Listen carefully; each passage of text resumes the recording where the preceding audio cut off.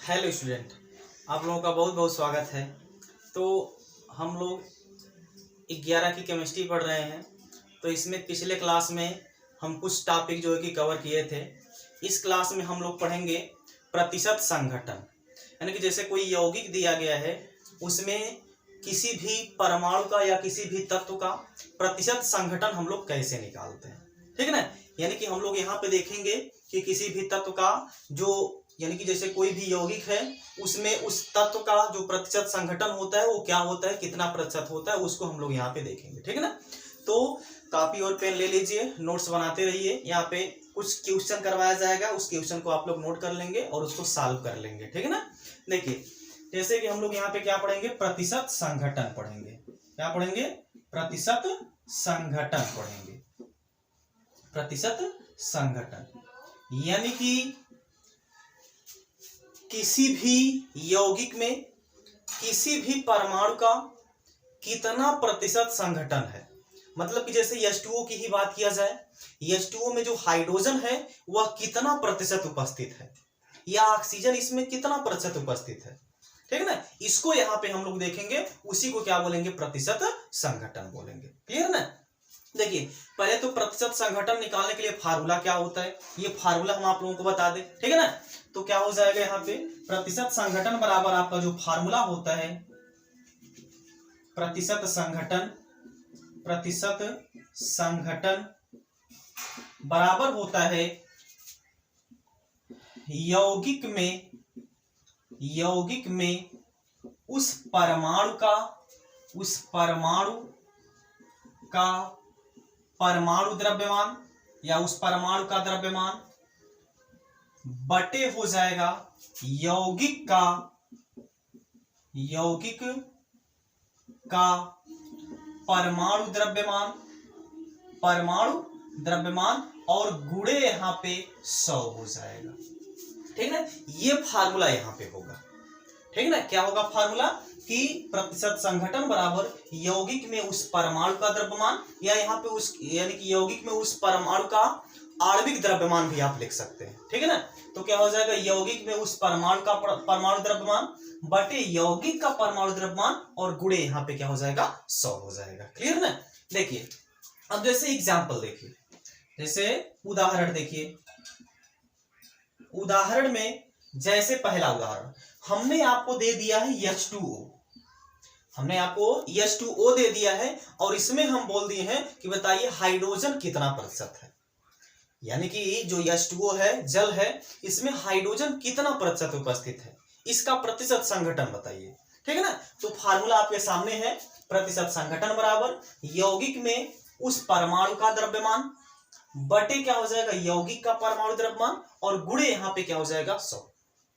तो इसके लिए हमको हाइड्रोजन का, क्योंकि देखिए यौगिक में उस परमाणु का द्रव्यमान पूछा गया, मतलब हाइड्रोजन का परमाणु द्रव्यमान और बटे यौगिक का परमाणु द्रव्यमान यानी कि H2O का परमाणु द्रव्यमान और गुणे 100 हम लोग करेंगे तो हमको यहाँ पे क्या मिलेगा, हाइड्रोजन का प्रतिशत संघटन मिलेगा, ठीक है ना। देखिए यहाँ पे हो जाएगा हाइड्रोजन का प्रतिशत संघटन बराबर हो जाएगा यौगिक में हाइड्रोजन का द्रव्यमान यानी कि H2O में हाइड्रोजन, ठीक है ना, हाइड्रोजन का परमाणु द्रव्यमान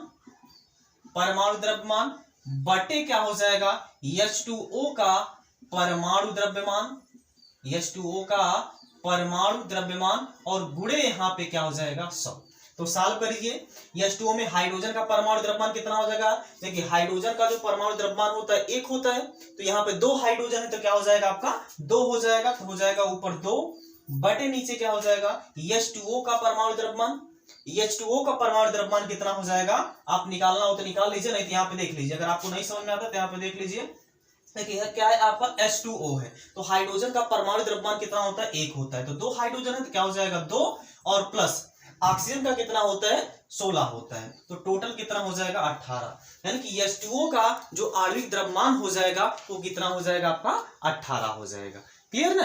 तो यौगिक में उस परमाणु का द्रव्यमान यानी कि हाइड्रोजन का जो परमाणु द्रव्यमान हो जाएगा उसके लिए क्या क्या जरूरत है, किसकी किसकी जरूरत है वो यहाँ पे हमने लिख दिया है। तो क्या हो जाएगा, H2O में हाइड्रोजन का परमाणु द्रव्यमान ये कितना है आपका 2, बटे क्या है H2O का परमाणु द्रव्यमान, ये कितना आ गया आपका 18, और गुणे यहाँ पे क्या हो जाएगा 100।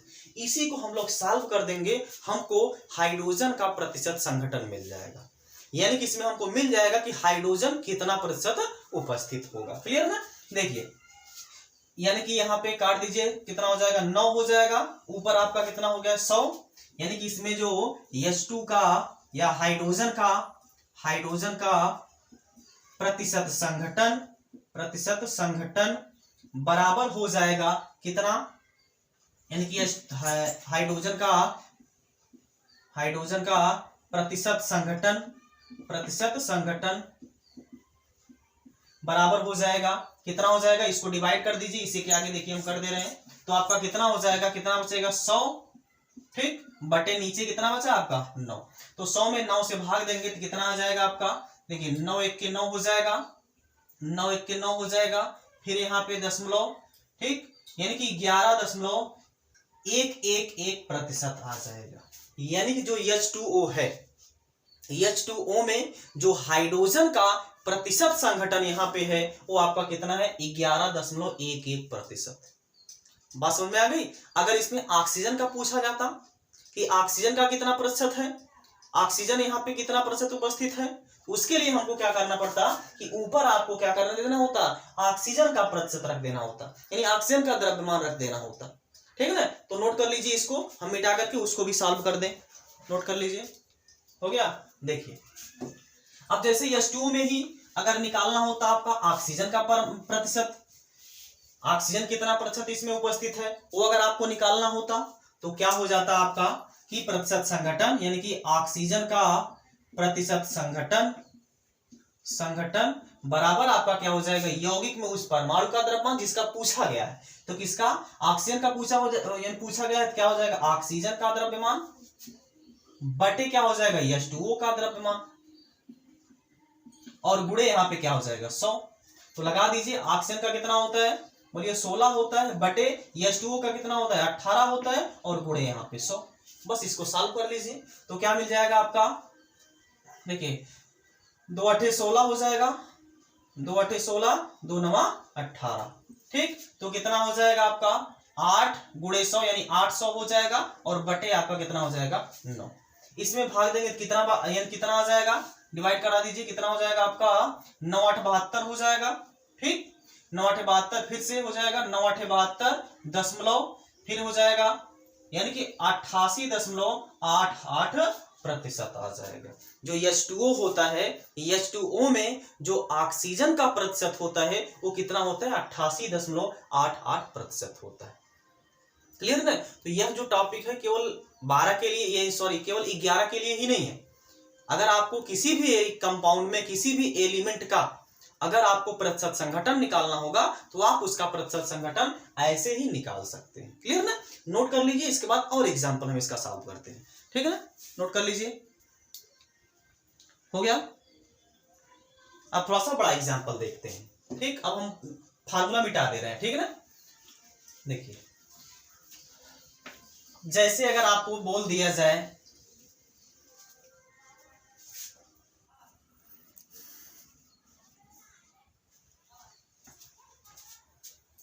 चलिए देखिए अगला क्वेश्चन यहाँ पे क्या है, CuSO4 into 5H2O, ठीक ना? CuSO4 into 5H2O, इसमें कॉपर, सल्फर, ऑक्सीजन और H2O का यहाँ पे प्रतिशत संघटन पूछा गया है।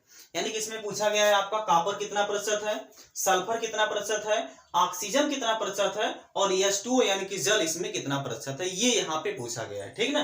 तो देखिए, इसके लिए सबसे पहले हम लोगों को कैलकुलेट करना होगा कि जो आपका CuSO4 into 5H2O है, इसका टोटल आणविक द्रव्यमान कितना आएगा, ठीक ना? तो पहले इसका आणविक द्रव्यमान कैलकुलेट कर लेते हैं, कितना आ जाएगा। देखिए, जो कॉपर का आणविक द्रव्यमान होता है वो कितना होता है आपका 63.5 होता है, ठीक। तो हो जाएगा 63.5 प्लस यहाँ पे कितना हो जाएगा 32 हो जाएगा, और प्लस यहाँ पे 4, क्योंकि देखिए यहाँ पे क्या है, ऑक्सीजन कितना है 4 है, तो क्या हो जाएगा 4 गुणे, यानी कि ऑक्सीजन का कितना होता है 16 होता है, कितना हो जाएगा 4 गुणे 16 हो जाएगा, और प्लस यहाँ पे 5 गुणे H2O का कितना होता है आपका 18 होता है। तो इसी को जब आप सॉल्व करेंगे हो जाएगा आपका 63.5 प्लस 32 प्लस 64 प्लस यहाँ पे 90, यह जोड़ेंगे तो सभी तो आ जाएगा 249.5, यानी कि टोटल आणविक द्रव्यमान हमको मिल गया यहाँ पे। अब अलग अलग से निकालते हैं हम लोग। पहले हम लोग निकालते हैं यहाँ पे कॉपर का कितना, यानी कॉपर यहाँ पे कितना प्रतिशत है, ठीक है ना। तो हो जाएगा यहाँ पे कॉपर का प्रतिशत संघटन, यानी कि कॉपर का प्रतिशत संघटन बराबर आपका क्या हो जाएगा, कॉपर का द्रव्यमान या आणविक द्रव्यमान, क्या हो जाएगा, कॉपर का आणविक द्रव्यमान बटे क्या हो जाएगा आपका CuSO4 इंटू 5H2O का आणविक द्रव्यमान और गुणे यहाँ पे क्या हो जाएगा 100 हो जाएगा, ठीक ना। तो लगा दीजिए कॉपर का आणविक द्रव्यमान कितना हो जाएगा 63.5 हो जाएगा, ठीक। बटे यहाँ पे इसका आणविक द्रव्यमान हम लोग निकाल चुके हैं, कितना है 249.5 है और गुणे यहाँ पे क्या हो जाएगा 100 हो जाएगा। जब इसको अगर आप सॉल्व करेंगे तो यहाँ पे इसका आंसर आ जाएगा 25.45%, यानी कि इसमें जो कॉपर होगा वह कितना प्रतिशत होगा, 25.45% होगा। क्लियर ना। तो इसमें जो कॉपर का प्रतिशत संघटन है वो कितना आ जाएगा 25.45 आ जाएगा। क्लियर, नोट कर लीजिए। इसके बाद फिर अगला हम लोग चलिए सल्फर का निकालें। यहाँ पे सल्फर कितना प्रतिशत है, ठीक हो गया। चलिए देखिए आगे। अब यहाँ पे देखिए सल्फर का निकालने के लिए क्या करेंगे, सल्फर का आणविक द्रव्यमान हो जाएगा बटे सबका आणविक द्रव्यमान। तो यहाँ पे क्या हो जाएगा यस का, यानी सल्फर का आणविक द्रव्यमान बटे क्या हो जाएगा कॉपर सल्फेट यानी CuSO4 इंटू 5H2O का आणविक द्रव्यमान, ठीक। देखिए तो सल्फर का आणविक द्रव्यमान कितना होता है 32 होता है, तो हो जाएगा 32 बटे इसका आणविक द्रव्यमान हमने निकाला है यहाँ पे कितना हो जाएगा 249.5 हो जाएगा और गुणे यहाँ पे 100 हो जाएगा। क्लियर। जब इसको अगर आप सॉल्व करेंगे तो यहाँ पे आ जाएगा 12.83%, यानी कि इसमें जो सल्फर होगा, सॉरी यहाँ पे क्या रहेगा सल्फर यानी कि यस, इसमें जो सल्फर का प्रतिशत होगा वो कितना होगा 12.83% होगा, यानी कि इसमें 12.83% सल्फर उपस्थित होगा। क्लियर। अब नोट करिए। इसके बाद फिर हम लोग ऑक्सीजन की तरफ चलते हैं, नोट कर लीजिए। हो गया, ओके। चलिए अब यहाँ पे हम लोग निकालते हैं ऑक्सीजन का प्रतिशत संघटन, यानी ऑक्सीजन यहाँ पे कितना प्रतिशत है, ठीक। तो क्या हो जाएगा आपका ऑक्सीजन का आणविक द्रव्यमान यानी ऑक्सीजन का प्रतिशत संघटन बराबर क्या हो जाएगा ऑक्सीजन का आणविक द्रव्यमान बटे इसका आणविक द्रव्यमान और गुणे यहाँ पे क्या हो जाएगा 100।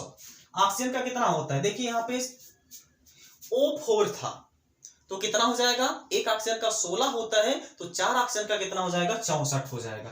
क्या हो जाएगा 64 बटे कितना हो जाएगा 249.5 हो जाएगा और गुणे यहाँ पे कितना हो जाएगा 100। जब आप इसको सॉल्व करेंगे तो यहाँ पे मिलेगा 25.65%, यानी कि इसमें जो ऑक्सीजन है, ऑक्सीजन इसमें कितना प्रतिशत उपस्थित है 25.65% उपस्थित है। क्लियर, नोट कर लीजिए। इसके बाद फिर आगे चले। हो गया। अब आपका बचा है H2O। अब आपका क्या बचा है H2O बचा है, ठीक। तो क्या हो जाएगा H2O का प्रतिशत संघटन बराबर ऊपर क्या हो जाएगा H2O का आणविक द्रव्यमान बटे टोटल आणविक द्रव्यमान और गुणे यहाँ पे क्या हो जाएगा 100। तो कितना हो जाएगा H2O का आणविक द्रव्यमान कितना हो जाएगा, देखिए 18/90 हो जाएगा बटे इसका टोटल द्रव्यमान 249.5 और गुणे यहाँ पे क्या हो जाएगा 100 हो जाएगा। क्लियर ना। जब आप इसको सॉल्व करेंगे तो आपका मिलेगा 36.07% मिलेगा। बात समझ में आ गई। तो ये था आपका क्वेश्चन। इसमें आपका पूछा क्या गया था, क्वेश्चन में दिया गया था ये इसका फार्मूला दिया गया था और इसमें आपसे पूछा गया था कि प्रतिशत संघटन निकालिए। किसका निकालना था, कॉपर का निकालना था, सल्फर का निकालना था, ऑक्सीजन का निकालना था और जल का यहाँ पे प्रतिशत संघटन निकालना था। क्लियर।